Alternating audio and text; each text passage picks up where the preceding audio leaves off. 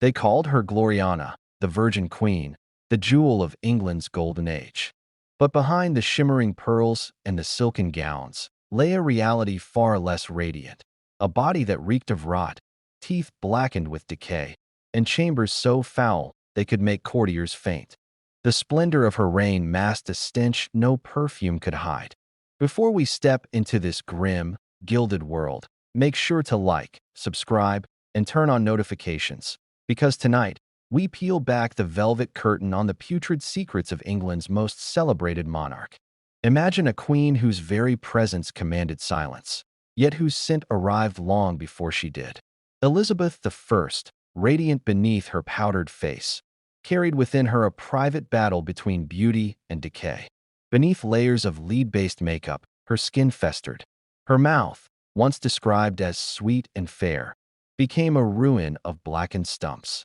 Courtiers dared not breathe too deeply in her presence, for even flattery could not disguise the odor of a body left unwashed for weeks. In the 16th century, bathing was seen not as a virtue, but as a danger. Water was feared as a conduit of disease. To bathe too often, many believed, was to invite sickness. So the queen, the most powerful woman in the world, washed herself perhaps once a month, if that. Her attendants would wipe her with scented cloths and sprinkle her body with rose water. Yet beneath the fragrance of lavender and musk, the scent of sweat, oil, and old silk lingered, the true perfume of royalty. Elizabeth's skin, admired for its pale perfection, came at a terrible price. She painted her face with Venetian ceruse, a deadly concoction of white lead and vinegar. Each application poisoned her slowly. The makeup cracked her skin, left sores that never healed, and demanded thicker and thicker layers to conceal the damage.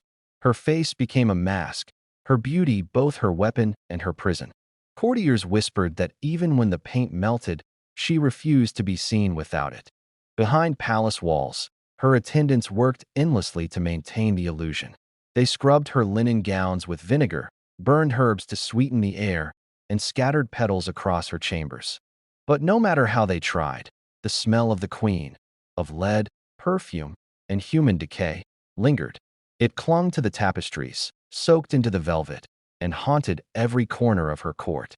In private, even her ladies complained that the queen's chambers smelt rank. The queen's teeth were another battlefield. In an age when sugar was a symbol of wealth, Elizabeth indulged lavishly. She adored candied fruits, sweet wine, and sugar loaves so precious they were locked in chests. But sugar rotted her teeth, blackened her gums, and left her breath foul. Foreign ambassadors wrote home that the Queen of England had teeth so decayed that she could scarcely speak clearly. Yet even as pain racked her jaw, she refused to show weakness, smiling only when she must, through clenched, aching teeth. Her courtiers, ever desperate to please, followed her example. They painted their faces white with the same poisonous ceruse, blackened their teeth in imitation of her royal decay. Thus, Elizabeth's suffering became the fashion of a nation. Pale skin, darkened gums. These were no longer signs of sickness, but of nobility. Beauty, in Tudor England, was not health. It was endurance, the ability to suffer in silence and still appear divine. Even the royal garments told their own story of filth and splendor intertwined. Her gowns, layered with brocade, silk, and ermine, were so heavy they could stand upright without her inside them. But they were rarely washed. To clean them risked ruining the delicate fabrics, so instead they were aired out, beaten, perfumed, and worn again. The inside of the royal bodice often stank of sweat and powder, the residue of countless ceremonies beneath a burning sun. And yet, no one dared speak the truth aloud. The queen was sacred. Her body was the body of England itself. To suggest decay was to insult the crown. Instead, they cloaked her in poetry. Her beauty shines like dawn, they wrote, even as her face cracked beneath the paint. The cult of Elizabeth demanded perfection, and she gave it, even when it came at the cost of her flesh. There are accounts, whispered through the centuries, of the queen's more private rituals. Some say she slept surrounded by fresh herbs to ward off the stench of her own chamber. Others claim she kept her rooms cold and dark, believing that heat and light worsened the humors of her complexion. Whether true or not, the myth only deepens the image of a woman both powerful and haunted, a ruler who ruled her own decay as fiercely as her kingdom. By her 40s, Elizabeth's beauty had become a ghost of itself. The lead had seeped deep into her pores, her hair thinned, and her once luminous eyes grew heavy with fatigue. But still she painted, still she smiled, still she appeared before her people in splendor. To falter, to show her true face, was unthinkable. The Virgin Queen could never age, even if she had to poison herself to remain eternal. Visitors to court often described an eerie atmosphere, a perfume of roses masking something far darker. A sweet scent with death beneath it, one poet wrote. The Queen's court was a place of constant performance, where even the air was deceived. Every smile was rehearsed, every bow timed to perfection. Yet behind it all was the smell of mortality, a reminder that even a queen could not escape the body she inhabited. Some historians believe Elizabeth knew that she understood the cost of her vanity but accepted it as her burden. In a world ruled by men, her beauty was her shield, her armor against mockery and rebellion. "I will have but one mistress here," she once declared to her court, and that mistress was herself. Her body, however decayed, was the throne upon which her power stood. Yet the irony is cruel. The very paints and powders that gave her power also consumed her. Lead poisoning is slow, merciless, and subtle. It eats the mind, dulls the memory, and blackens the skin. Toward the end of her reign, Elizabeth's temper became erratic.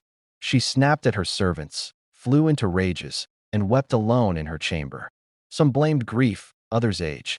But perhaps it was the poison beneath her crown whispering madness into her veins. Her final portraits, painted by trembling hands desperate to flatter her, tell the truth more gently than words ever could. The Queen stands pale and still, her face like wax, her eyes distant. The jewels gleam brighter than her flesh. Behind the illusion of eternal youth lies the shadow of death, and still, she endures it, regal and unbroken. Her servants, bound by duty, kept her secrets even after death. When the body of the Queen was prepared for burial, it is said that her face was so ravaged by sores and discoloration that it took hours to paint her into a final semblance of life. Beneath the alabaster mask lay the truth of her suffering, a monarch who had burned herself from the inside out in service of her legend. The English court, ever loyal to appearances, continued the performance. The bells rang, the banners waved, and the people mourned the Virgin Queen who had never faded. Yet the stench that once filled her chambers lingered in the memory of those who served her. It became the scent of power itself, a perfume of death and duty intertwined. To the common people, Elizabeth was immortal. The filth of her body was forgotten, replaced by the purity of her myth. They saw only the golden light of her reign, the defeat of the Armada, the flourishing of art, the birth of empire. But beneath that brilliance was the unspoken truth, that power, in its purest form, often demands the most unholy sacrifices. Historians still debate the extent of her decay, the truth behind the rumors. Some say her hygiene was no worse than any noble of her age. Others claim it was far worse, that her chambermaids fainted from the fumes when they dressed her. The line between fact and legend blurs, but the fascination remains. We want our monarchs spotless, even when history proves otherwise. There is a cruel poetry in it all, that a woman so obsessed with purity, physical, moral, divine, would become a prisoner of corruption. Her body rotted even as her image grew divine. She lived in contradiction, adored by millions, yet trapped in a body she dared not reveal. Perhaps that is why she ruled so fiercely. To control others was to forget, if only for a moment, the body that betrayed her. In her later years, Elizabeth rarely appeared in public. She refused mirrors, avoided daylight, and ordered her portraits to show her only as she once was, radiant, eternal, untouchable. The woman who had once danced in jewels now hid behind veils. And yet, when she did appear, her people wept with joy. They saw not the rot beneath, but the goddess above. Such is the power of illusion and the cost of maintaining it. The Queen's obsession with image shaped her kingdom. Her courtiers learned that deception was survival. Her artists learned that truth must always flatter. England became a mirror of its monarch, brilliant, powerful, and perpetually afraid of what lay beneath its polish. The empire that followed would inherit her contradictions, her beauty, and her blindness.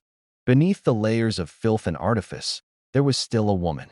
Lonely, proud, terrified of the same things that haunt us all: age, decay, and irrelevance. Her rituals of paint and perfume were not vanity alone, but fear made visible.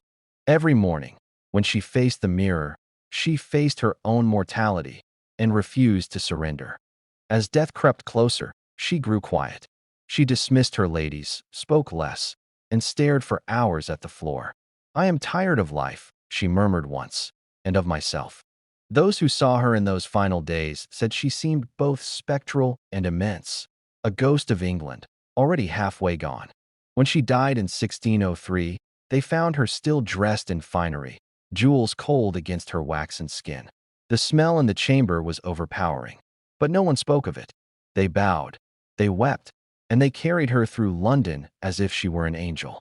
The Virgin Queen had ascended, leaving her mortal remains to rot, as all mortals must. Yet even now, her legend glitters. We remember the glory, not the grime.